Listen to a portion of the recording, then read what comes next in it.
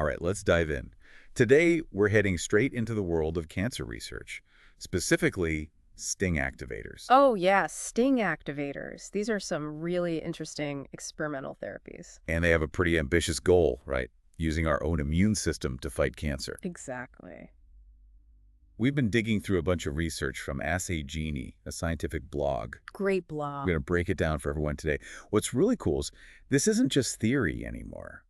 There are actual sting activator compounds in clinical trials. That's right, already. It's moving fast. So get ready, because we're going to explore what might be the future of cancer treatment. Yeah, it's pretty exciting stuff. To really understand sting activators, we need to start with the sting pathway itself. Yeah, it's all about the sting pathway. So what is that exactly? Well, you can think of it kind of like an early warning system inside our cells, always looking out for danger.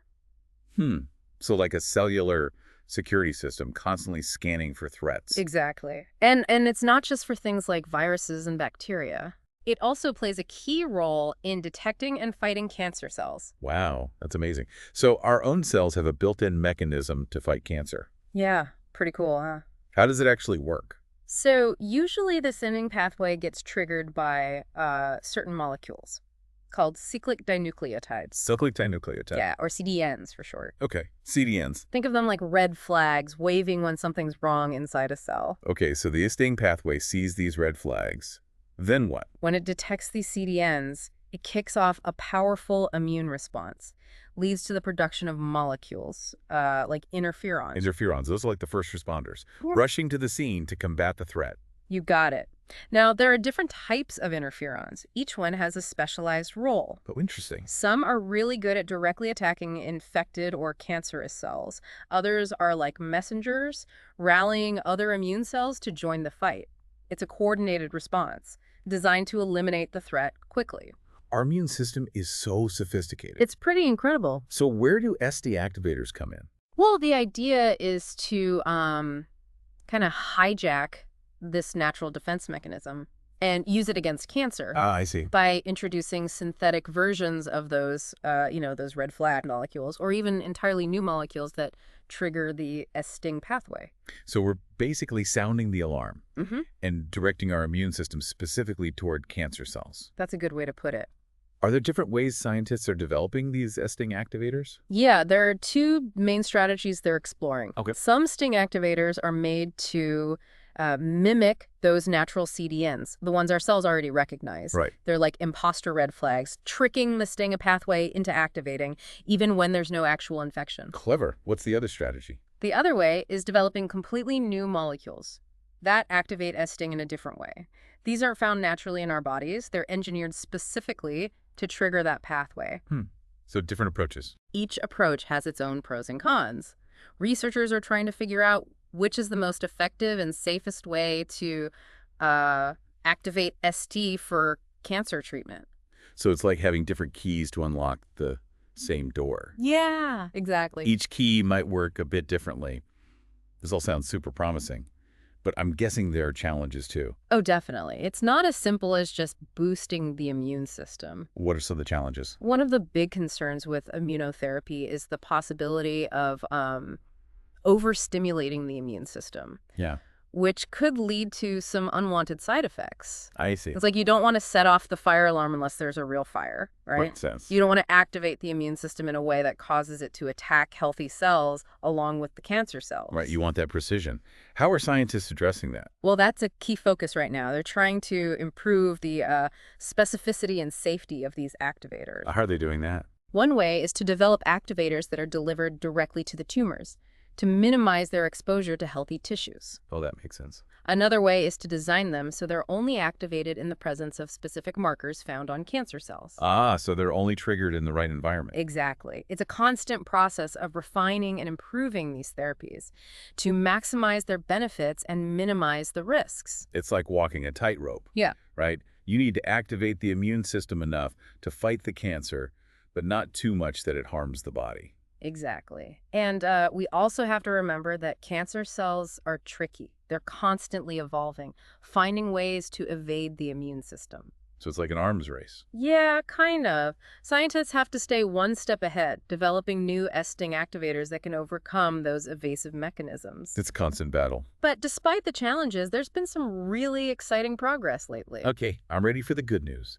What breakthroughs are making scientists hopeful about sting activator therapy? Well, they're developing new activators with improved stability and targeting, which means they can work more efficiently and, specifically target those cancer cells and reduce the risk of side effects. That's great. Plus, they're exploring combination therapies, Combination therapy. pairing acting activators with other cancer treatments. So a more powerful attack. Exactly. For example, combining them with checkpoint inhibitors, another type of immunotherapy. I've heard of those. It's like releasing the brakes on the immune system and hitting the gas at the same time. Wow, so a double whammy. Yeah, you could say that. It leads to a much stronger immune response. That sounds incredibly promising. It is. Researchers are already testing these combinations in clinical trials, and early results are looking good. It's amazing how quickly this field is moving.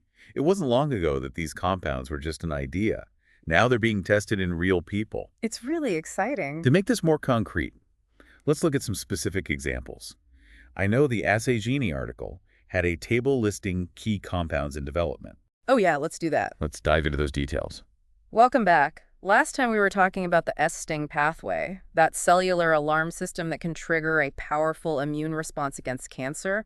And we touched on S-sting activators, those experimental therapies that could harness that alarm system. Right, it's like we're giving our immune system a boost and pointing it in the right direction. Yeah. I'm curious, though, how do sting activators fit into the bigger picture of cancer immunotherapy?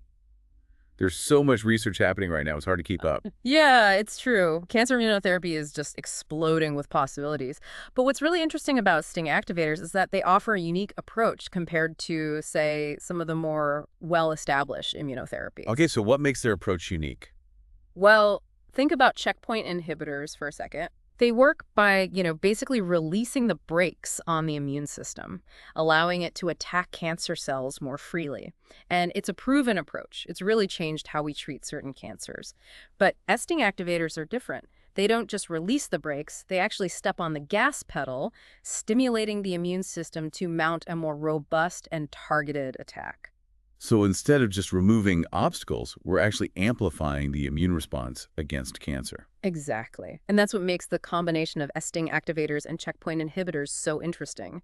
Imagine you're both releasing the brakes and hitting the gas at the same time. Ah, I see. You'd get a much more powerful response. That's a great analogy. A 1-2 punch against cancer. Sounds pretty promising. It definitely has the potential. Researchers are already exploring it in clinical trials, but Right. as with any new therapy, there's still questions to be answered. Of course.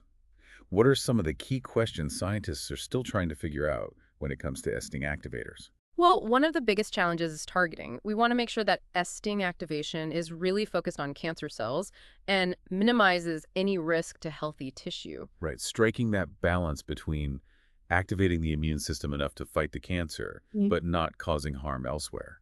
How are researchers trying to improve that targeting?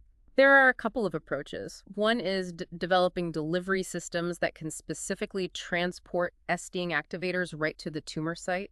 That might involve, like, encapsulating the activator in nanoparticles that are designed to accumulate within tumors, Oh, interesting. or using antibodies that can bind to specific markers on cancer cells, basically delivering the activator directly to its target. Makes sense. Another approach is to develop S-sting activators that are only activated within the tumor's microenvironment.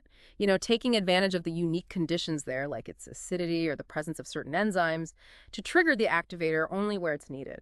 Wow, those are some really clever strategies. It sounds like scientists are pushing the boundaries to make sure these S-sting activators hit their mark. But beyond targeting, what other challenges or unknowns are there? Oh yeah, there are always more. We're still figuring out the long-term effects of S-sting activation. The initial results are looking good, but we need to understand how repeated or prolonged activation of the STING pathway might affect the immune system over time. Right, the long-term view. And we can't forget that cancer is incredibly complex and diverse.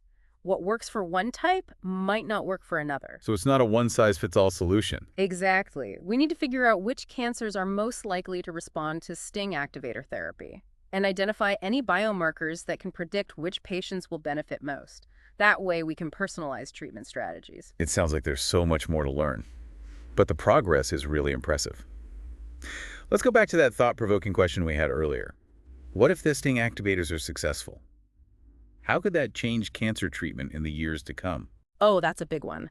If they live up to their potential, they could completely change how we approach cancer treatment. Instead of relying solely on those traditional therapies like surgery, chemotherapy, and radiation, we could be harnessing the power of the immune system to fight cancer more effectively and with fewer side effects. It's like moving from brute force to a more targeted and sophisticated strategy, right? Yeah. Using the body's own defenses to fight back. Exactly. And that could have huge implications. Imagine a future where cancer treatment is less toxic and more personalized, where we can activate the immune system in a way that leads to lasting remission or even cures. That's an incredible thought. What about the practical side of things, though? If STING activators become widely available, how will they fit into existing treatment plans? That's a good question. It's likely they'll be used in combination with other therapies to create more comprehensive strategies.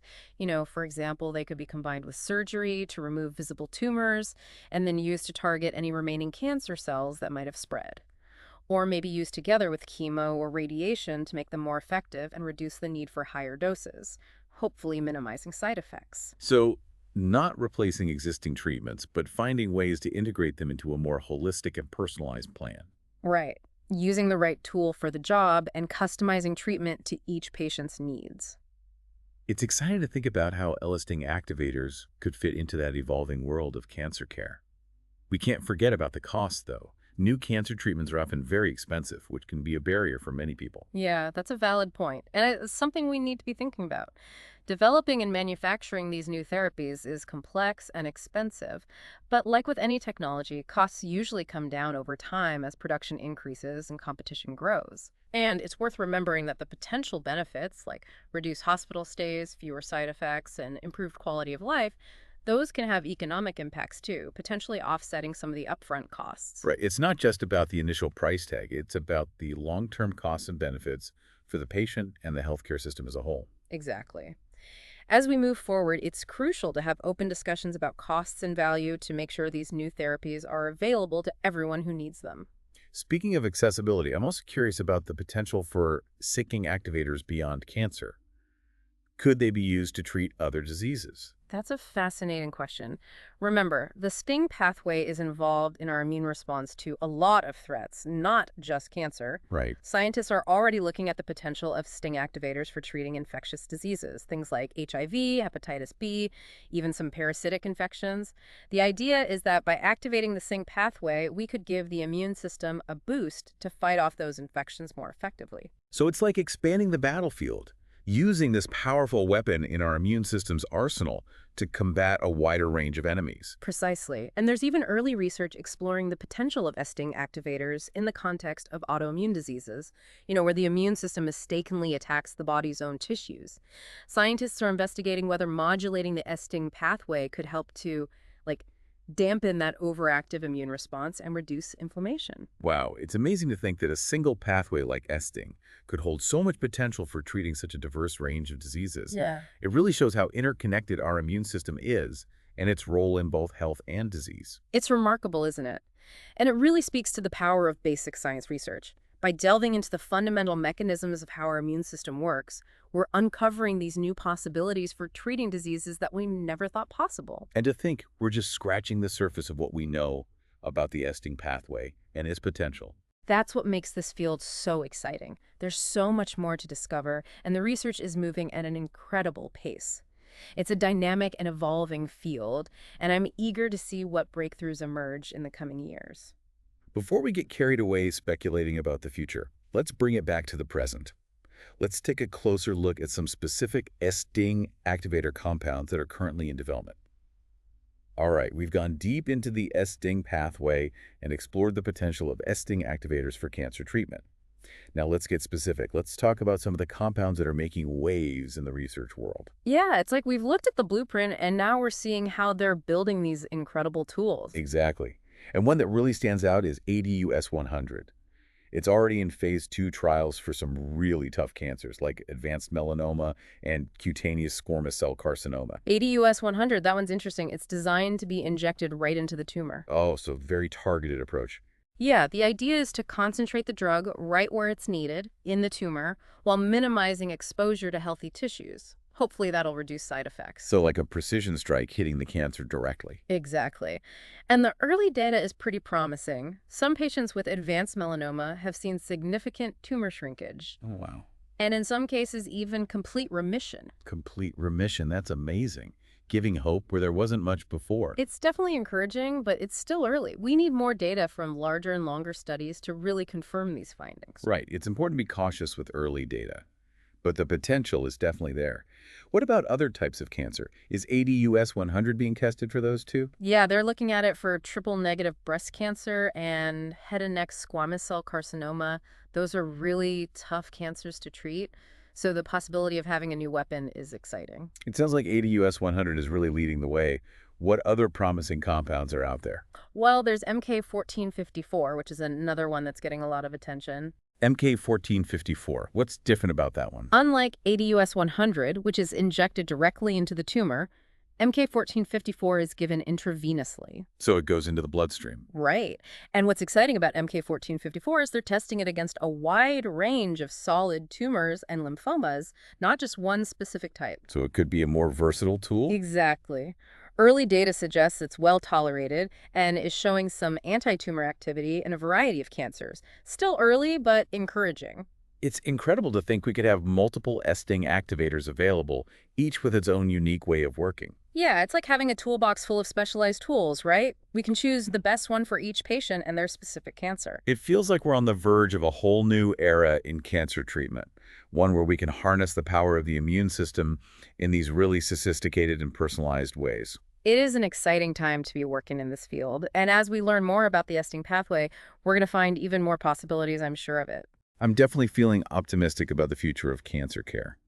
It's inspiring to see how all this research is leading to these groundbreaking therapies. I agree, and it's important to remember that all of this is built on decades of fundamental research. So many scientists working hard to understand the immune system. It's a testament to human curiosity, isn't it? Uh, The constant pursuit of knowledge. yeah. So where does that leave us? What's the key takeaway for our listeners today? Well, I think the main takeaway is that cancer immunotherapy is advancing rapidly, and STING activators are a powerful new tool in our fight against cancer. There are challenges, of course, but the potential benefits are huge. We've seen how STING activators work, triggering a targeted immune response. We've talked about the different ways to develop and deliver these therapies and the possibility of combining them with other treatments. It's a lot to take in. It is, but it's an evolving field, and we're going to see even more exciting developments in the years to come. Well, as we wrap up this deep dive, I want to leave our listeners with one final thought. The progress we're seeing in cancer research is truly remarkable, and it's a reminder to never give up hope. Even when faced with these huge challenges, human ingenuity and perseverance can make a real difference. Couldn't agree more. And as we move forward, it's important to stay informed and engaged and to keep advocating for research that will bring us closer to a world where cancer is no longer such a frightening diagnosis. Thank you all for joining us on this exploration of STING activators. Until next time, keep exploring the frontiers of science and never stop learning.